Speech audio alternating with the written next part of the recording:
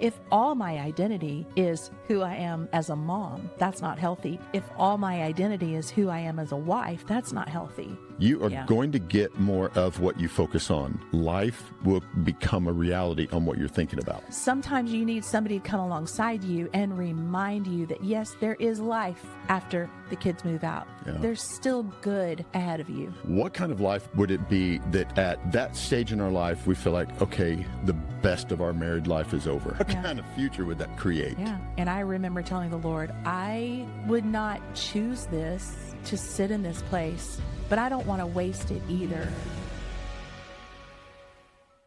Welcome back to Beyond the Nest. And today we have such a treat for you because we are talking about fun, having fun in the empty nest. And look, this is so fun. This is called redneck Tennessee fun. You know, you got on the wife beater, I do. a flannel shirt, a pair of gym shorts, cowboy boots, a hat. See the cowboy boots. Oh. And a cigar. Come That's on. it. This is your definition of fun, right? I wouldn't go that far, but the things that I will do to support you. To support me? Yeah, to support you and your podcast. Yeah. I kind of think it's hot. I'm not going to lie. We're going to have a momentary break. We'll be right back. There is fun in the empty nest. There is. And that's why we mentioned last week that we want to reframe empty nest season. Yeah. Yeah. You started it off with that concept of let's take back control. Yeah. And hopefully the people felt that, there is a whole new framework we can talk about with empty nest. And I think culture, and we're going to get into this a little bit today, culture has done such a number on what does empty nest even mean. Yeah. And it has a very negative connotation. That's true. And so what I wanted to do, you broke the ice with it last week as far as taking back control. And I'm like, what if we were to bring about it's time to talk about how to enjoy Let loose. empty nest. Let loose and so enjoy. That's how this get up came about. This giddy up. Which is funny, at our church, there's an event tonight and it's got Nashville bling. No, Nashville glam. Oh, well, would this work?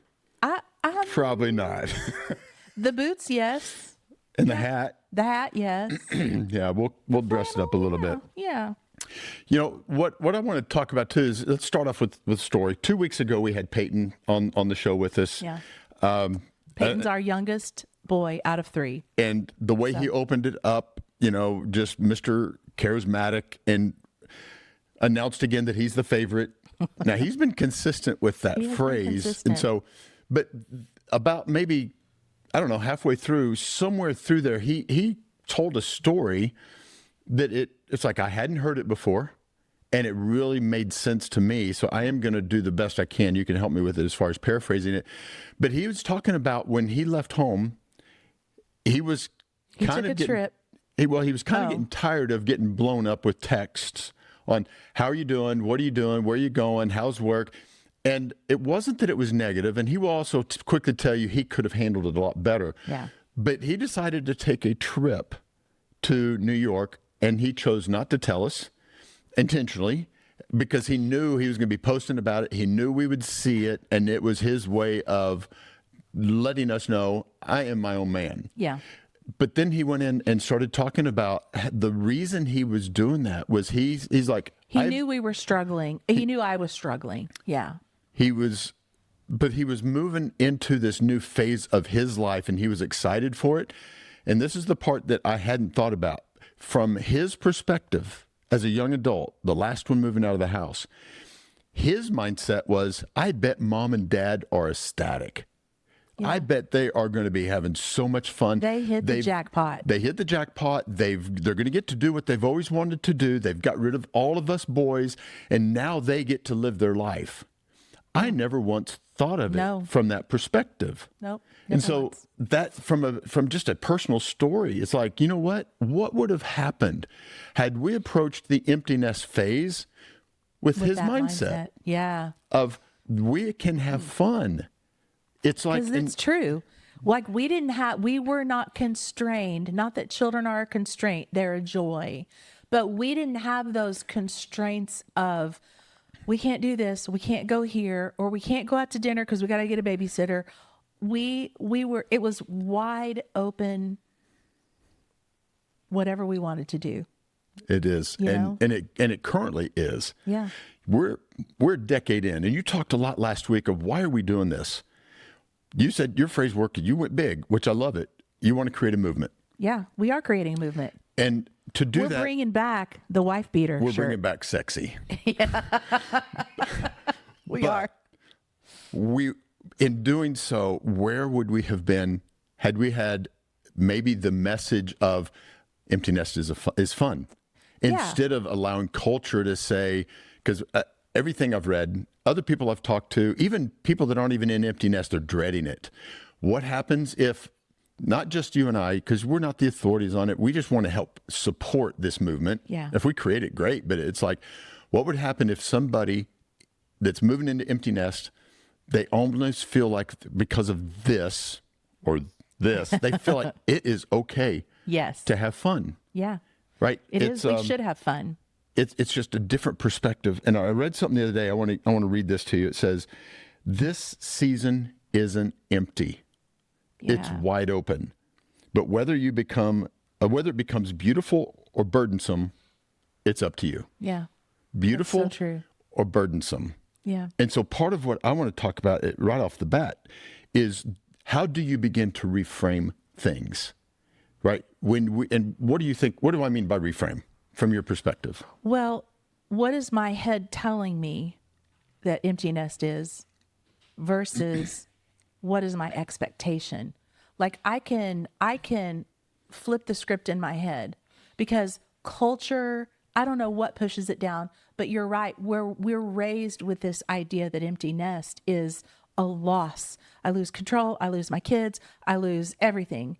And what if we flip the script in our head and reframe, re-expect good things, just like Peyton put it. Like it's wide open for us to explore new things, to have fun, to not be deadbeat old mom and dad who have no purpose, because that's not fun for anybody. That's not fun for the kids either, you know? No, it wouldn't be. That to me is a reframe. How am I expecting my empty nest phase of life to go? Yeah. You know? I'm gonna really dumb it down, so it may not be a perfect comparison, but I think if we can take this framework and then move it in over to what we're doing, hopefully the lines will be made. But if we are at a restaurant and my glass becomes empty, do I get discouraged? Do I get sad? Do I get depressed? Or do I just expect someone's going to come fill it up? Well, if you're at a restaurant, somebody's going to come fill it up. When we are an empty nest and the house is now empty, it's not empty. It's just waiting to be filled. And I get to choose what to fill it with. That's a good analogy. Did you like that? I did. I made that up myself. I know. Right here. It's the clothes. Is it the clothes? It is. It's the clothes and the hat. It's working for you today. I'll have to wear the hat. Yeah. Well, it's kind of like Frosty. His hat was That's true. It was the thing. Yeah. So thinking about it's not empty. It's just waiting to be filled. Who fills it up? We get to choose, right? Ideally, I will be, because of the marriage partnership, I want to be the person that can fill yours up, but I don't want you to be totally dependent on me, and vice versa. When we're hitting on all cylinders, you're going to recognize, what can I do to fill them up? But if I become codependent on you to do the filling for me, I've put an undue expectation and unrealistic expectation on you that only God can do the filling, honestly. But as a couple, how awesome is it when I can help fill your cup and you can help fill mine? I think that's a really good point you just brought up, which made me think about in a marriage. Think about how many times this happens, because I was attracted to you before we got married. You were attracted to me because I was someone without you, and you were someone without me. When people get married, there's this idea that yes, the two become one, but that doesn't mean that I lose myself and I no longer am myself or that you lose yourself. I believe it's important in a marriage to retain my identity, and instead of getting lost in you or in yours, I still have to remain, like there still has to be things about me that make me me. And I think that it changes, but the whole codependent thing, like that's what we talked about too in one of our last episodes about who am I when the kids leave the house? If all my identity is who I am as a mom, that's not healthy. If all my identity is who I am as a wife, that's not healthy. So yeah, I think you want me to be me. Mm-hmm. You know, you probably want me to be maybe a more submissive version of me a lot of times. Or you go make me a sandwich. Yes. Yeah. Maybe let's lose those lines, but because I still want you to be you too. Like, I think that's a really, really, really strong point. Like, I can fill part of your cup, but the majority of it can't come from me. And it shouldn't. It shouldn't. Yeah. But as a partnership, it's wonderful when we are in sync enough that I recognize that you could use some filling. Yeah. You can use an without me encouraging telling you I need filling. Yeah, because I'm not a mind reader yet. About that too. Yeah. Yeah. 37 and a half, and I'm still not the mind reader. Yeah, you're right. But yeah, we can read each other now and kind of know what the other person needs. So this first point here is being able to reframe. Yeah. Choosing to look at this from a perspective of what can we do. In this case, what we're talking about today is how can we have fun? How can we enjoy the empty nest? The converse is what I want to address. You know, we talked before about, let's just bust this thing right in the nose.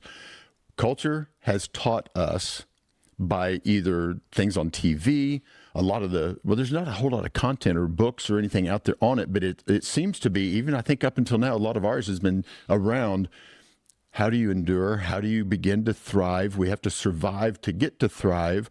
You know, so culture, I think, has taught us that empty nest is a beginning of sadness, a beginning of loss. We've talked about it almost feeling like the loss of a loved one. We've talked about that recently, that if we've lost a loved one, I'm not going to try to fix that grief right off the bat. So even us, and we look back, we've kind of spent a lot of time on almost the therapy side of what can we do to help you get through this? But what about if we reframe it and we begin to look at it, instead of it as a time of sadness, it's a time of loss, of grief. Instead of looking at the empty nest we don't view it as a downgrade. Yeah.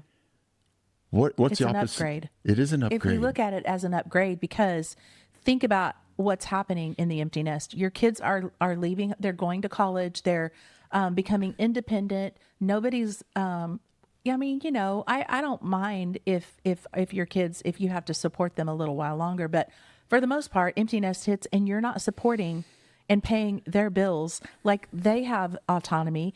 They're going to meet somebody and get married. So it's an addition, it's an adding to your family.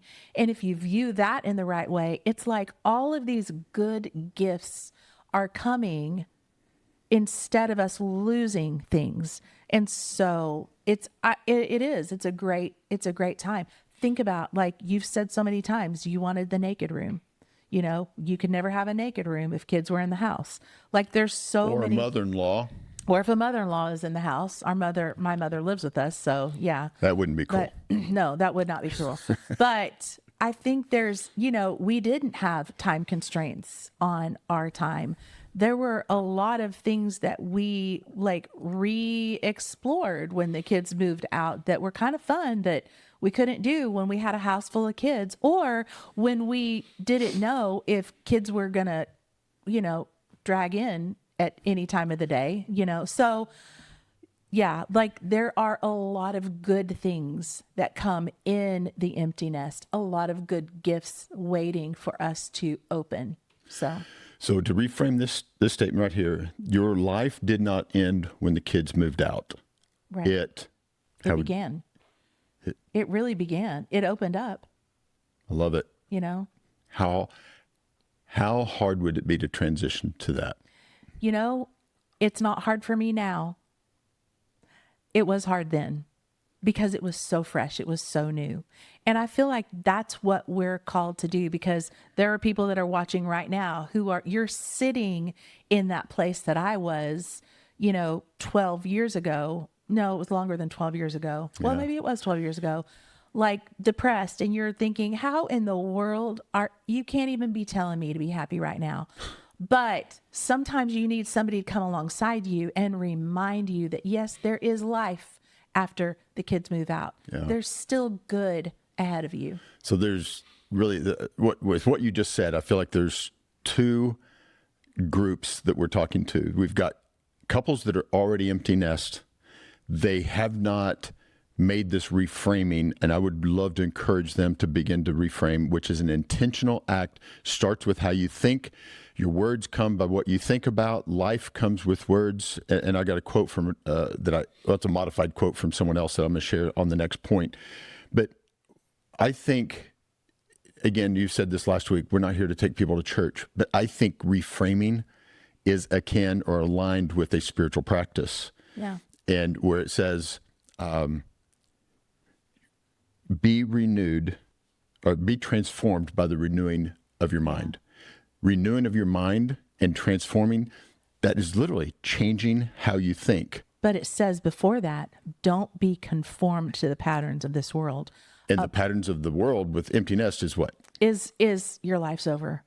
Your kids are going to get married. They're never going to talk to you again. And you're going to hate the people that they marry. And I just thought of that. What type of a life, we could very easily have been stuck there. So I'm not putting us on a pedestal. No. What kind of life would it be that at that stage in our life, we feel like, okay, the best of our married life is over? Yeah. That would be sad. What kind of future would that create? Yeah.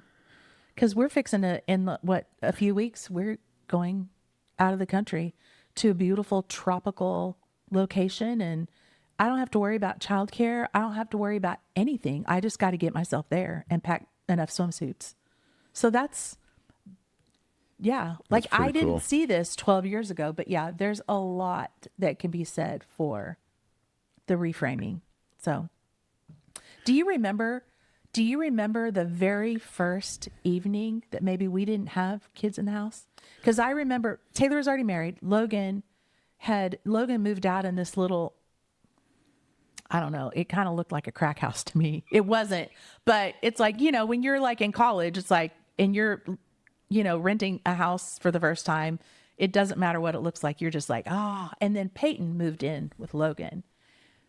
I don't really remember, but I feel like there was probably a lot of doomy, gloomy, oh my gosh, this really happened. The thing that I dreaded most has come upon me kind of thoughts. I'm sure maybe we went out to eat. I don't know. But I guess what I'm trying to get at is I don't even remember what we did. So it's not a memorable experience. And I really kind of regret that. I wish that we had made it a memorable. I wish you had forced it, because I wasn't probably in the place where I could. So I'm putting it all on you. I'll take it. I wish we would have forced it to be something memorable, because it's not memorable. Yeah. Well, I think we've talked about this in the past too. We were both in it together. I was dealing with it differently. I'm still dealing with it. I just dealt with it differently than you did. Yeah. And I would have loved to have maybe something like this as a resource to even challenge me that, you know what? I have permission to look forward to the season. I have permission to enjoy this. Kind of like what Peyton said a couple of weeks ago. Mom and Dad get to do whatever they want. Yeah. What a unique perspective. And as a young adult that's moved out, his view of it was they get to do whatever we want. Yeah. And our view was, oh, wow, now what? Yeah. Totally different perspective. So if we were, true. Visiting with the two groups, we only got to mention one.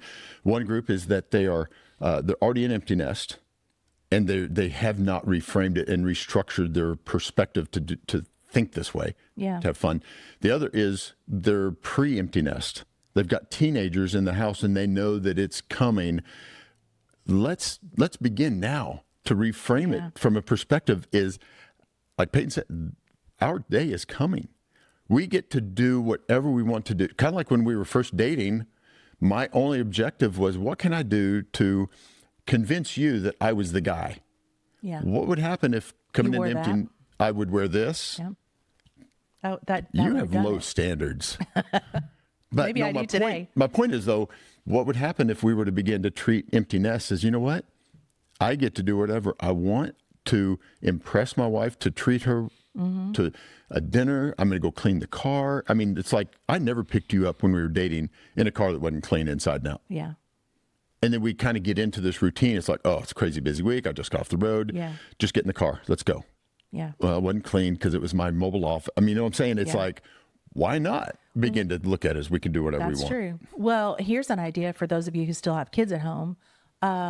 Kids at home that are able to stay at home without you while you go on a date.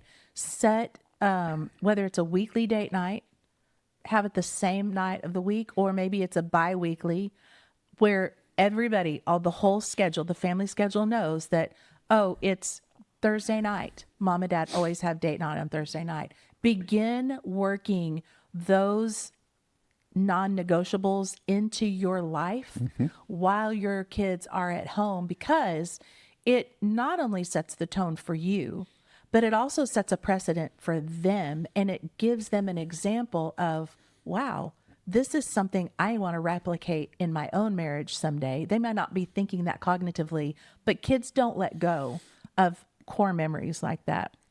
So if you've got kids at home, do that. You know, you don't have to worry about a babysitter. Maybe they look forward to when mom and dad go out, we get pizza, you know, although we tried that one time, and what happened at our house is Peyton spit pizza in Logan's face, and then Logan almost killed Peyton, and then Taylor had to rip his brother off of his. So that's, we pray that doesn't happen, but no, but when we were much younger and we would go to these marriage conferences or books that we would read, I do distinctly remember, and we talked about this in other ones, but I distinctly remember saying one of the best and greatest gifts you can give to your kids is a healthy marriage. Yeah. That I'm working on me, you're working on you, and as we're working on each other, working closer to God. I remember this one person that did the pyramid. If God's at the pinnacle, that if I'm working on me and you're working on you, we naturally grow closer together because of the peak, you know. So I don't think that ends at empty nest. Yeah. I think the kids will be just as passionate about our mom and dad doing well as young adults as youngsters they probably weren't thinking about, but I guarantee you as young adults our kids know if we're doing okay. And it would be the greatest gift that we can give our kids, that our boys know mom and dad are having the time of their life. And not just kids, grandkids. The grandkids are going to start picking that up, but it's like, that's the whole message, that, you know, it starts as early as we can. But the beautiful thing is, if we didn't start early enough, guess when the next best time to start is? Now. Yeah. Right. All right. Another phrase that I used to tell the boys is, you're going to get more of what you focus on. You are going to get more of what you focus on. Life will become a reality on what you're thinking about. Okay, I'm going to push back on what you focus on. What about you're going to get more of what you expect? Because I think we've talked about we're talking about what's pushed down by society. Like, that's an expectation. It's a subconscious expectation. But what you expect typically comes to pass. Yeah. Not in a weird new age woo-woo kind of way. And you said you're going to push back. That's saying the same thing. In my book, I'm focusing on, my focus is a certain expectation. Yeah. So there is we're in a total 100% agreement on that. Tomato. Yes. Okay. Brief beater, tank top. Yeah, that's true. So my expectation, I think that's why that first night with the kids not there, like, that's why. I don't remember that. I don't either, but I think that's why it was so, I can imagine probably what it was, only because my expectation was, this is going to be really, really sad. And here's the bottom line. I think for any mom, it is a bittersweet time, because you're literally closing a chapter of your life, if you will, and you're opening a new chapter. Like when your kids move out, even because two of our kids moved back in at some point, and it was different. There's a line in the sand that things will never ever go back to the way that they were. And how horrible and boring would life be if things were the same all the time? Yeah. And I can say that because I'm not one of these. My personality and the way that I work, I don't love change. Like, you've known this about me for as long as we've been married. I don't enjoy change. I like the steadiness and being able to rely on the things day in and day out that are comforting to me. But I do get stuck in just feeling like, like I'm bored with this. Yeah. So we do want things to change, but there is a bittersweet portion to your kids moving out, because even if they move back in and you're going to have the clutter and you're going to have the noise, it's still going to be different, Yep. So I'm going to go back to the point, though, is your mindset shapes your reality. Yeah. And we've talked about it multiple times. We do it a lot in coaching. Cognitive bias, reticular activating system. I mean, there's so many things, but if you focus on loss, you'll end up finding or feeling loss. If that is your focus, which is, again, we're going to begin to hopefully debunk what culture has said about empty nest. If we, though, submit to the culture and we feel like it's loss, we're going to see it. Yeah. We're going to feel it. We're going to sit in it, marinate in it day upon day upon day. So if you focus on opportunity, you're going to find opportunity. And I'm reminded of, I think it was Zig Ziglar that said, opportunities show up as disguised challenges. So if we look at this empty nest, it's really an opportunity in disguise. Yeah. That changes the framework of, are we going to wallow in it? Or is it going to be a woe is me? Or is this an opportunity? Yeah.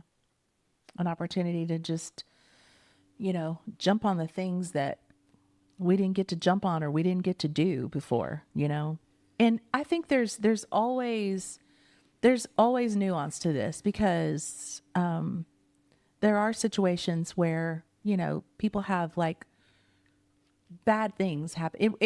I think we're talking in generalities. I think we've talked about this on other podcasts where we're talking middle of the road situations. We're not off-roading into this terrible thing has happened and my kids on drugs. Good reminder. So, because I know we read comments on the shorts, on whether it's TikTok, Instagram, Facebook, YouTube, whatever it might be.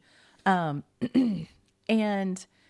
I understand where a lot of people are coming from, because people are sitting in really sad, sorrowful situations.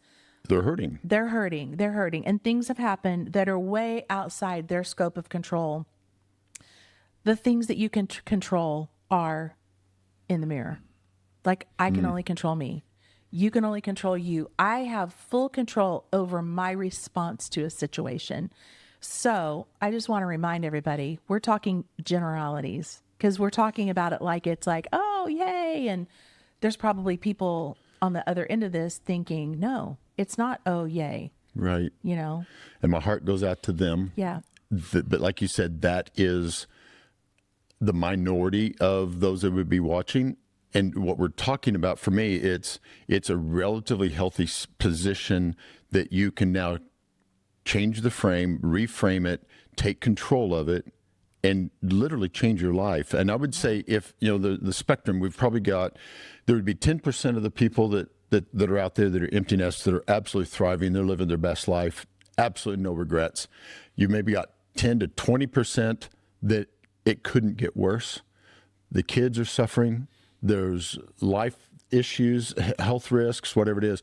Addictions. What we're talking about is this middle is probably 70%. Yeah. Yeah, for sure. What's interesting is you can have a very, I say exact, there's rarely that, but I'm going to use the word anyway.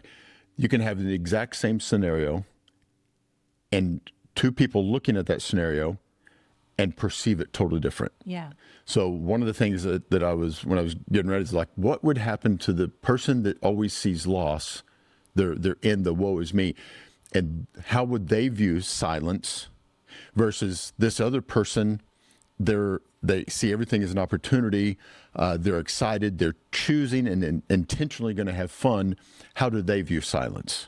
What would you say to that? Well, I think a lot of it is personality, because some people really like silence. Other people hate it. I also think, if I'm understanding your question correctly, no? I don't know that you are. Okay. If you have, let's say, one personality always is the victim, we'll just call it the victim. Okay. How do they view silence? And the one that views everything as an opportunity, how do they view silence? Oh, well, one's going to be bad and one's going to be, oh, okay, I kind of like this. Right. The perspective is, again, they're both dealing with one scenario of silence. Yeah. But this one person, if they view silence, that's probably going to be taking them back to the house used to be full. I used to be valued. I used to have something to do. Now, what do I do with my time? My identity is shot, kind of like what you talked about last week. This silence is suffocating. And deafening. Deafening. It's destroying them. This other person, this silence means I can read a book if I want to. Yeah. I can go to the garden if I want to. I can go take a vacation. I can call a friend. They're going to view the silence as an opportunity to do something new or invest in themselves or invest in someone else. But we have this exact same scenario of silence, but the mindset of the person that's viewing the silence will create two totally different outcomes. Well, what would you say to the parent who is sitting in that place and they're a victim, and they don't want to be a victim, but they want to change? How do you overcome having that negative pull on your life that seems like no matter what you do? Because I know there's people watching that are just like, oh man, if it were only that easy that I could change my expectation or flip the switch in my brain. How do you do that? How do you become a glass half full versus a glass half empty kind of person in your thought process? Well, I do get that a lot in the work environment. Is everything looked at as a threat, or is everything looked at as an opportunity? And it first of all, it's intentional on my client that they want to change. They have to be aware of what their thinking process is. They have to decide, I don't like this particular process, this thought process.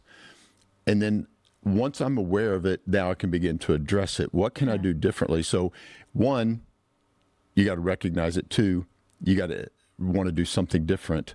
And three, the best thing you can do is you invest in yourself with resources. You either, in my work, they would hire a coach that I get to challenge their mindset all the time. In this scenario, and you've talked before, if anybody does want to talk about what, empty nest coaching, they can reach out. But there's got to be a certain level of intentionality. What we do know is we cannot bring change to anybody that doesn't want it. Right. We cannot bring encouragement even to somebody that isn't in a position to receive it. Kind of like what you were talking about in those early days where you were literally struggling to survive mentally, and it wasn't suicide, but you were really struggling. You weren't ready for me to try to bring any type of encouragement, so to answer that question is there are tons of there's more resources today to find help than there have ever been. When we were growing up, we didn't have internet. We didn't have the internet at all. We didn't have it. It was, we would have had to really work hard. To the library. Today, it's as simple as a Google search or a chat GPT search or a Grok search. If somebody does want help, it's readily available. So you're saying it's a choice. We all make a choice. Yeah, and I know that I will get pushback on that, but absolutely. So it is a choice. if we're an empty nest parent who literally chooses not to have fun, how can we expect our kids to do any different? We can't. Yeah. It's like, even now, I say that we can't. There are plenty of examples where children choose their own path, but they tend to replicate what they know.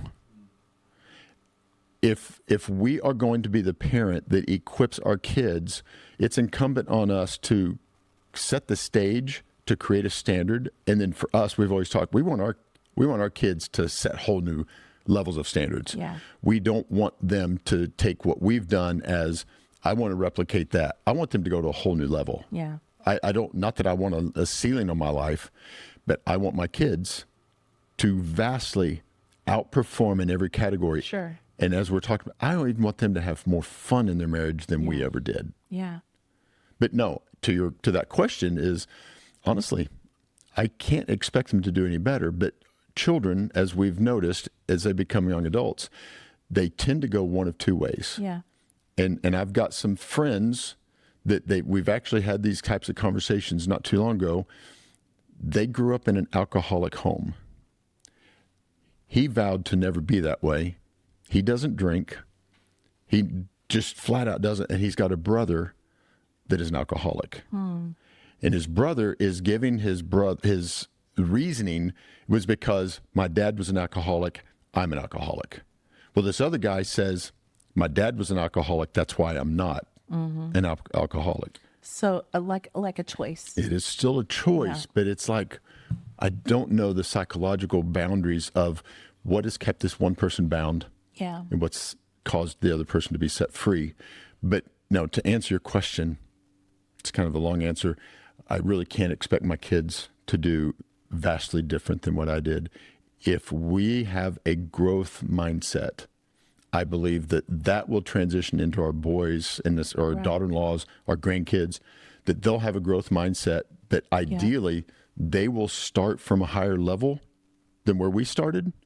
And then their kids will start at a higher level than they started and keep building just an amazing generational impact. Well, you had mentioned too on another episode, the idea of neuroplasticity. I think a good book, if you are not familiar with neuroplasticity, which is basically, to dumb down that term, it's the idea that your brain, you can change your brain, like the neural pathways in your brain. Dr. Caroline Leaf, look her up. All of her books are so good because she pulls things down from like a chemistry level, She's got so many letters behind her name. She does, but she puts her keeps it simple. Yes, in a way that I can read and understand. Do you know why? Why? It's interesting on this random tidbit of information. Her daughter is a literature major. Oh. And her daughter is the one that she'll take all of her mom's transcripts. She will basically rewrite them in English instead of the way Caroline does it. Yeah. And that's what's made the book that I think I'd recommend above all of hers is now. It's called Switch on Your Brain. Yeah. It's a great read, and it does an amazing work on breaking down as how do you change your mind? How do you change the neurons? Yeah. And she paints such a wonderful word picture. I've got pictures now of the way she described it in the book. It's almost like I've seen a PowerPoint of hers. I haven't. It's just they did that good of a job on how do we change the way we think, act, and behave. It's awesome. Yeah. Good job. Good job, Dr. Leaf. Good job, Dr. Leaf. So, I was going to give you a quote that I modified. Yes. Tony Robbins is credited to say where energy flows. What is it? Make sure. Energy. No, where focus goes, energy flows. Oh, yeah. I would add these words at the end, and life follows. Where focus goes, energy flows, and life follows. Yeah. That's good. When we are intentional on what we focus on, there's a certain fun follows too. Well, ideally, the fun life follows. Okay, we could make it 4 words. But, we can create our own quotes, too. Maybe someday we'll say, this is credited to Allison Welch. Yeah, anyway. Probably. Where focus goes, energy flows, and life follows. Yes. we can now become intentional on what we focus on, knowing full well that when we focus on something, there's a certain amount of energy that will be put in behind it. And the outflow of that is life. Yeah. Right? Yeah. The scripture says, I've come to you to have life and life to the fullest. Yeah. Love that. That's good. That's good. What about parents who, because I think there are some parents who almost feel guilty about enjoying a season of empty nest. You know, maybe they feel like, oh, and I think it's that societal thing, this construct in this, I call it a matrix, you know, because we get in these thought matrices, expectation matrices. What about parents? What would you say to a parent who's feeling sort of guilty, like, oh, should I really be enjoying this? Because all my other friends are sad and I'm like, yay, like I couldn't wait for the kids to get off. And because that's another extreme. There are parents that are just like, we were so happy to see our kids' lunch. Like, we're traveling the world. We're doing this. We're, you know, like, but I think for some parents like that, there's a little guilt attached because they look around and they're like, wait, nobody's with us. Well, yeah, I honestly, I think that's where we were. I was excited. Well, no, yeah, I was like, no, I was excited for the empty nest phase. I was excited because it's like I know we both poured into them. I had poured into them so that they could launch well. Yeah. And I was excited and you weren't. And I honestly, there were plenty of times when I felt guilty that I was excited for Did I make you feel guilty? No. No. This is one thing you've always told me. No one can make you mad without your permission. That's true. No one can make you feel guilty without your permission. Yeah. So, no, you did not make me. You didn't ask me, why are you... No, that never happened. But I do remember there were times when I felt guilty that I was excited that they had launched and that you weren't excited. I do remember, though, that was something that I had to deal with. But, you know, one of the things that even in here, it's like, it is not selfish to enjoy this season. It is not selfish at all. It is, is self-care selfish? No. It is taking time to go get some sunshine, to go take a walk, to go exercise. It is not selfish. In fact, that's one of the most complimentary things I can do for you is to take care of me. We've talked about this too. If I want to be the best version of myself, if I want to do everything in my human potential to be here for the next 30, 40, 50 years with you, I have to take care of me. Yeah.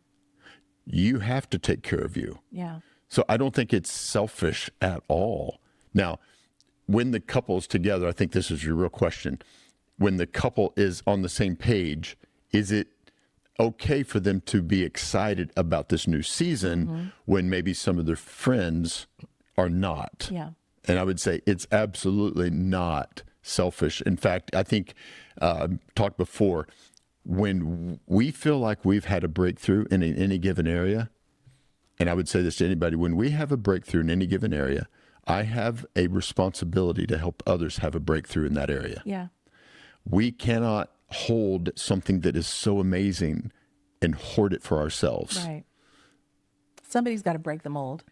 And maybe that couple, maybe if you're a couple who's excited and you're like, you know, like maybe you're creating a movement too, you know, maybe the friends around you need to see you, you know, because I think sometimes if I'm really not having a great day, even now, like sometimes, because I'm a homebody, I could literally stay in my house and putz around my yard and do whatever, like for days on end. And in the winter, that's not a good thing for me because I tend to get kind of like sad and mopey if there's no sunshine and I can't get outdoors. It's a seasonal disorder, right? Like the seasonal thing. But when I'm around, if I leave, like just to go to our church property, like we have this amazing coffee shop and I'll meet somebody for coffee. It's like, I am energized and so pulled up from being around other people just, especially people that are happy. And so I think that I don't want people to discount their happiness and have to tamp that down because they feel like everybody around them is sad and depressed and lonely. Maybe you're the bit of sunshine that somebody needs to experience in their day. Aren't I? You are my sunshine. Your sunshine. You are. Sometimes. When I Sometimes dress you're my like little this, rain cloud. I am. Yeah. Yeah. Anyway. So. I think something else that we had talked about too is, maybe this is tied into your question. If we as parents are excited about being into the empty nest, do we feel guilt, or does it make them feel awkward that mom and dad are glad that we're gone? Yeah, I don't think so. Or do you think it was like they're living their best life? I think the majority are probably thinking that, because even like, Peyton mentioned on one of our last podcasts, I guarantee if we asked Taylor or Logan, they would have the same answer. I believe they weren't just thinking and ruminating on, oh, mom and dad are really struggling. I think they needed to see us happy, living our lives, So I think the majority of kids are going to be excited about that. I don't know that I've ever heard a situation where a kid is like, wait, what?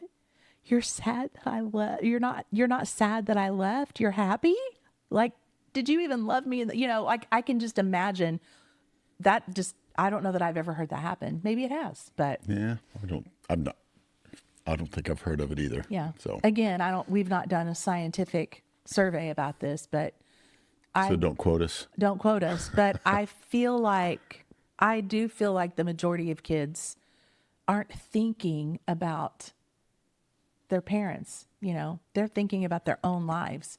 Because most kids, think about this, our capacity to think more about others than ourselves happens as we grow and mature. And so a lot of times kids are just thinking about themselves, about their lives. So, yeah. Cool. All right. Anything else on that? I want to maybe transition on what are some things that we can do to be intentional about creating fun for the next however many minutes we've got. You good with that? Yeah. Or anything else that you want to grandstand on? Nope. Grandstand? Right. You're good at it. You think I grandstand? You got a lot to say. Wow. Wow. Are we having fun? So much fun. So much fun. All right. And what's interesting is I had to take some of your ideas that you shared last week because it just makes sense. It's a good thing I grandstanded. Right? You wouldn't have it. No, you would have no ideas then. No, well, I think I would. No, I would have come up with these. Because you said them first, I got to give you credit for it. Otherwise, you're going to say, I said that last week. All right. The first one, the importance of journaling. Yeah. I would say each week be intentional, or what are 3 things that I want to work towards this week? Or what are 3 things that I want to accomplish this week? We've talked before about the level of clarity that comes into when we write. The more clarity that we put into our writing, the more likelihood that it's going to be completed. Because I remember you were saying, one of the examples you said, get outside. And I'm like, well, let's add some clarity or specificity to that. Specificity. Having troubles talking today. But how do we just go outside when that's pretty vague? I want to get outside at least one time for 10 minutes and do X. When we start that funneling down into the clarity, it's like, okay, this is what I'm going to do. The likelihood that I'm going to do that one thing is much higher than if I just say, I'm going to get out once this week, right? So from a journal perspective, be intentional about what are 3 things you're going to do this week. A practice that I've implemented many years ago that really does help is every morning I write down at least 3 things I'm grateful for. That's not that hard to do, but I do know there have been plenty of times where, depending on where my headspace was, if someone were to ask me, what are you grateful for? Nothing. Seriously. Yeah. It's like life sucks, business sucks. You and I are, whatever it was. It's like there would be times when I would say, I don't have anything, which is just a framework that tells you you're not in a good headspace. Yeah. You're not in a good state. If not in a good state, because if I'm breathing today, okay, maybe that's all I can do is I've got breath in my lungs today. Yeah. I have coffee, or it could be as small and as simple as I made it another day. I'm still standing, but something happens when you take the time, energy, and effort to write down 3 things that you're grateful for. That is the beginning of a state shift.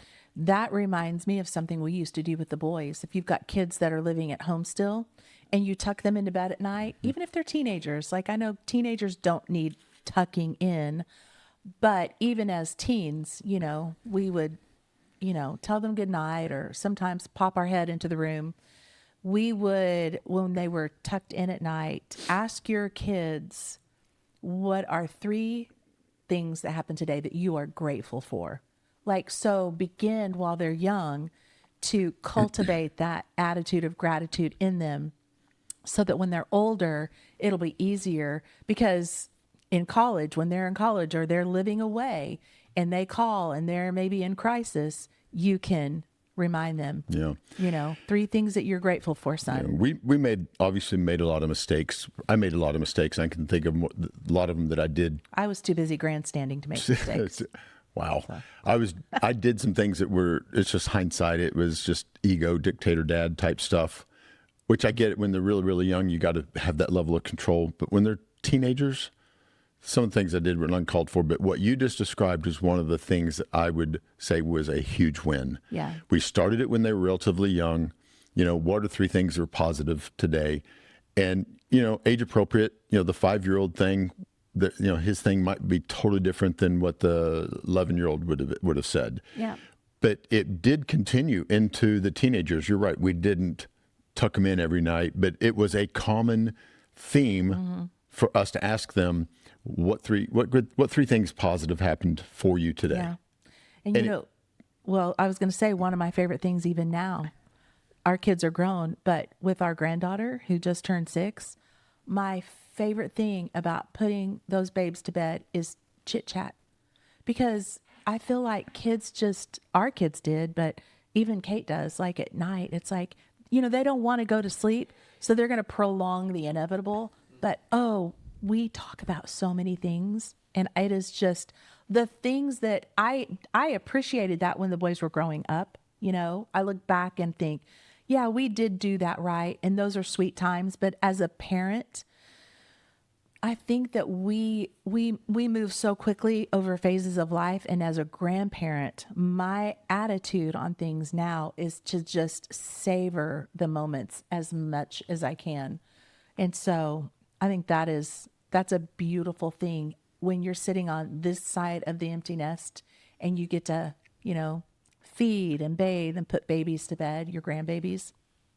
There is nothing better than chit chat with Kate on those nights. So the first one there was, as far as creating fun, it really focuses on the mindset, being intentional about what you're going to accomplish, choosing to be grateful.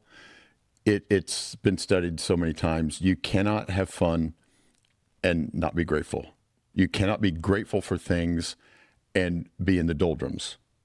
You know what I'm saying? It's like it is the beginning of a state shift.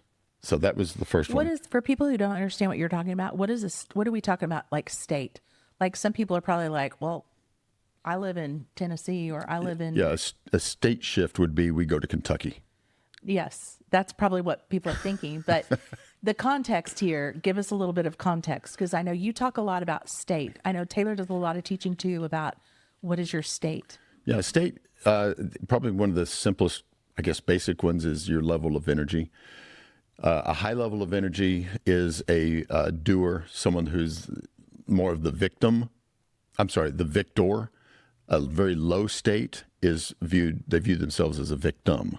So being a state specific or a state shift means we might go from a low level of energy where, woe is me, life sucks, nothing's happening, to, okay, I'm grateful for some things. I've got another day ahead of me. I've got opportunities. And before you know it, you've gone from a very low level state to a much higher level state. Okay. State of energy. So that's what we're talking about when we talk about a state shift. Of state. Yeah. Yep. Yep. Good. Second thing is, if we have put something on pause, when we talked about this last week, and I thought that was a good idea, is if we put something on pause due to parenting, why not pick it back up? What might be some things? You mentioned painting, I think, last week. I know some men, they gave up golf because golf was a 5-hour event. Or expensive. So expensive. Or, yeah, that's its own thing. If you want something, you'll figure it out. I know. It's like, I've never heard any stories. Now, we've never gotten into this, thank God, and our boys haven't, to my knowledge, but you've never heard of a druggie that says, oh, I can't get my fix day because I don't have money. They figure it out. If somebody really wants to go play golf, they're going to figure it out. If someone wants to go fish, they're going to figure it out. Yeah. In fact, this is just a small sidebar. You made fun of me a few weeks ago about when's the last time you went fly fishing, which is true. I haven't. And I haven't just made it a priority. But Taylor sent me a text the other day that Kate told him she wants Pop Bear to take her fishing. And you're going to do it. I'm going to absolutely make time for that. Yeah. It just went from low-level priority to right up there at the top because... You can take her fishing in our koi pond. Absolutely not. We don't have a lot of fly fishing lakes around here, do we? No, I won't. She couldn't fly fish. But I know. The point is, something went from a low level, even if it's low level, to it's going to happen. Mm-hmm. If it comes out of a grandchild's mouth, well, it's pretty much 100% done. So things like dreams, hobbies, was there anything that you wanted to start? Or was there anything that you used to say, I'm talking just generalities, anything that you said when the kids are out of the house, I'm going to do X? You know what I'm saying? I'm not talking to you specifically. No, you might have something, but there might be people out there that's like, you know what? I always wanted to do this. My kids. I can think of one thing that we did once the kids got older is, remember, we went to a lot of those like wine pairing dinners because we didn't, this is again, you're probably going to come at me in the comments, some people. Oh, who cares? But I mean, we never had alcohol in the house when the kids were growing up. And I don't have a history of we don't have a history of alcoholics in our families that we know of. And we don't drink. You've never been drunk in your life, but we do love, we're foodies. So we went to many, many wine pairing dinners when the boys moved out. That's actually one of my examples. When we moved here, I think probably the first 6 months, we probably gained 15, 20 pounds. We probably did. Yeah. Because one of the things we were going to do by having fun, which is, it's funny, like Taylor's, you said we're going to create our own fun. And one of the things that we chose to do is every weekend we were wanting to try new restaurants in the Nashville area. And for 6 months, we did. We went to some great places, some that were okay, but I do know we gained some weight on it. But that was one of the things that we enjoyed doing is trying new food places, new restaurants, trying new things. So, what can you do to create fun? It doesn't have to be massively expensive. It doesn't have to be extravagant. I do have some clients that their idea of fun is they're at Augusta National right now for the big golf tournament. Yeah. That's not cheap. Or they might decide, you know what, this weekend let's go to Turks. Great, but it doesn't have to be that. But they're being very intentional. I have some new clients that I'm helping them with their legacy retreat kickoff next week. And they're doing it in the Cayman Islands with their adult children. And you didn't get to go? I didn't get, it was a little. With your +1? Right? That will happen. That will happen. This was just real short notice. They'd already had the trip scheduled. But it's like there are so many things that adult empty nesters are doing. Yeah. It's just, it seems to be snuffed out by culture as far as you're supposed to be sad. Well, and I think it can be whatever your income, where you're sitting at income wise is, because as we're talking, it's like, a lot of people may not have money just to go, oh, we want to go to the Cayman Islands or to go to Turks and Caicos or whatever. But like, as far as foodies go, you could always like have each of you pick out a new recipe that you want to try each week and cook it together, like on a Friday or Saturday night. Do something that is, because a lot of people think that it's super romantic to cook together in the kitchen. I feel like we tend to fight if we're cooking together in the kitchen. That's not ever been a thing for us, but it would be kind of fun. Fighting can be fun. Well, the making up is fun, but I think the only reason we fight in the kitchen is because we clean differently.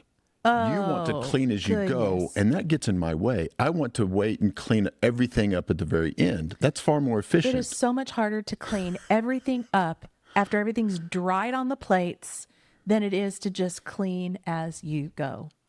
Anyway, that's a whole other thing. That's just an idea, because that would not be an expensive date night. It's fun if to you're try not new a things. drinker, try a coffee pairing class. I bet you could find a coffee shop in your area. Like, some people I love coffee. We both love coffee. Our whole family loves coffee. Yeah. Do coffee pairing, like figure out, because it is really interesting how coffee pairs differently and tastes differently with different foods. So it doesn't have to be expensive. Yeah. It doesn't have to be expensive. Just find something. But yes. Be open to either new community, new friends, or new purpose. So I'm going to give you some time to think about that, because I'm going to dig into the new purpose, because when I was almost 54, I decided to do something new. I decided to leave corporate. It was frustrating, but I knew what to expect. I'd climbed the ladder, was making good money. You were gone, though, all the time. I was gone a lot. It was increasingly more and more exceedingly stressful. So at almost 54, I left corporate and I started my own job. Yeah. And went out on my own. Started your own business. Started my own business. When you start your own business, you work harder than you did at corporate until you get that thing built up. But I was reading through some notes the other day, and I found one from late 23 where there was a guy at church, our current church. He gave me hey, I want to give you some encouragement. And I think I've shared it with you, but it's been a while, late 23. He said, I get this picture of you at this event. He said, I think it's a long distance race. And he said, as people were running by, they were grabbing their water off the table. You were grabbing snacks, fruit, whatever, and you're running beside them. And while they're chugging their water on this distance run, you're putting food in their mouth. He said, you would run beside that runner until they got their nourishment. You'd run back to the table, and you were doing this for runner after runner. You kept refueling them. You kept putting time, effort, running beside them and making sure they had fuel for their performance. He said, I think it's time that you're supposed to start your own race. You're supposed to start fueling yourself. In other words, you have spent all your life refueling other people, which I feel like that's what I love to do. My first refuelers that I got to do were the three boys. Then it turned into a corporate role where I'd be able to do that. But then as a coach, as a consultant, that is it's a livelihood, but it's my passion. Yeah. But I never really thought of, you know what, what am I supposed to race? What am I supposed to do? And when I was reading that, it's like I had two things that came to mind that has come out of that season where he said, it's time for you to run your own race. The book came out. It's successfully launched. The feedback is beyond what I would have ever expected. Yeah. I never wanted to write a book. Yeah. But it's now something that's my own race with that book. And yet it is still refueling other people. Yeah. And then the other is this podcast. Yeah. We never wanted to do podcast. And then when we started toying with it for almost 2 years, we pushed back against it for so long. So I don't know, I was just looking at that. It's like in the last 6 months, well, last year and a half, last year, I guess, the book launched and then this has come out. So it's like, that is something brand new. Yeah. It's a new level of purpose Yeah. So that's been kind of exciting, just reading that guy's notes and realize that, okay, there's something that came out of that after he gave that encouragement. This is a passion. This is a shared passion between the two of us. Like, I do remember looking back on the empty nest and specifically some things that were happening in the empty nest, because we talked about this a lot. Our empty nest journey was not just empty nest. We had a couple kids that were were really off kilter, making not great choices. And that was more difficult. But I do remember a prayer of mine 12 years ago. And I remember telling the Lord, I would not choose this to sit in this place, but I don't want to waste it either. Mm-hmm. Like, however you want to use this with me, like, I'm okay with that, and, here 12 years later, and I don't know how God's using this, but it does have to be a passion. I do believe that there is something intrinsically in us that we are supposed to help nourish others and encourage, So yeah, that's really good. I do vaguely remember you telling me about that, but I had forgotten about it. I had too, till I found the note, but it's pretty cool. Yeah. If we were to begin to sum this up, again, it's about having fun in empty nest.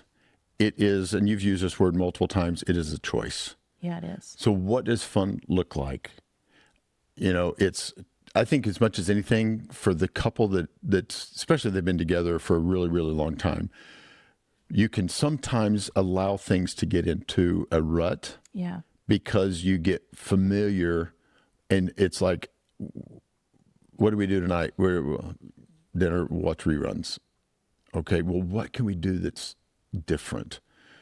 Do we want to do anything different? But I think it keeps coming back to the choice that you keep talking about and how, I was talking about the word reframe. We have to reframe these things from a perspective of what can we do that's going to be fun.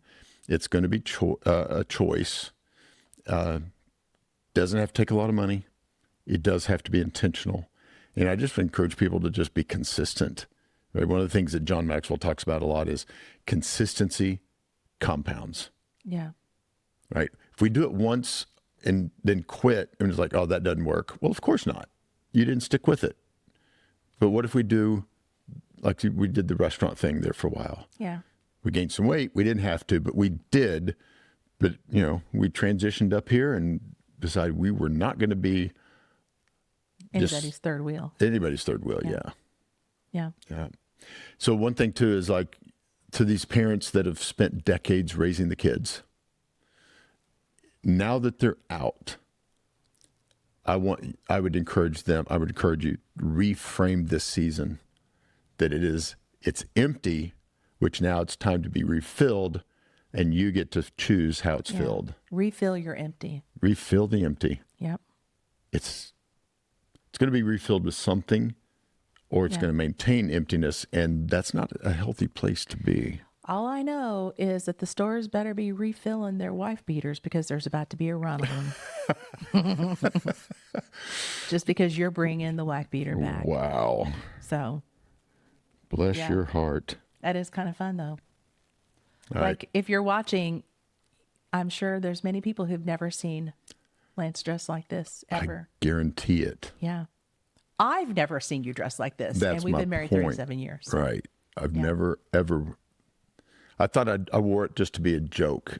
And you guys. It was a joke. Hey, the joke's on you. Kind of pressured me into it. Oh, we did. Lance Welch cannot be pressured into anything. It's fun. Like we're talking about having fun. Okay. So we're having fun. Define your fun. I think everybody needs to define. If you're married, like obviously what's fun for us might not be fun for you guys, So define your fun. Figure out, like on your date night, figure out what can we do that's super, super, that both of us think is fun. And maybe your level of fun with something is like on a scale of 1 to 10, an 8. Mine might be a 5. That's okay. Like we can try things, because it might be more fun once I try it, or vice versa, But yeah, find your fun. If you had one message to sum this up to tell the folks, what would you tell That them? would be it. Find your fun. Find your fun. Love Yeah. it. Okay. What's your message, Lance? Get out of your comfort zone. Get out of your comfort zone. And wear the wife beater. Apparently, it's a hot look. Is that controversial? Can we say wife beater on air? Sure. Okay. Yeah. I didn't know if YouTube might flag us. They flag things, so. Why? Because it makes you want to beat a wife? I don't know. Maybe. I don't know. So Just cross the line, that's I a guess. joke too. That's a joke. One of our kids. That was so funny. So All right. anyway, that was good. Thanks for that. I'm out. I had so much fun. I'm so glad. Welch out.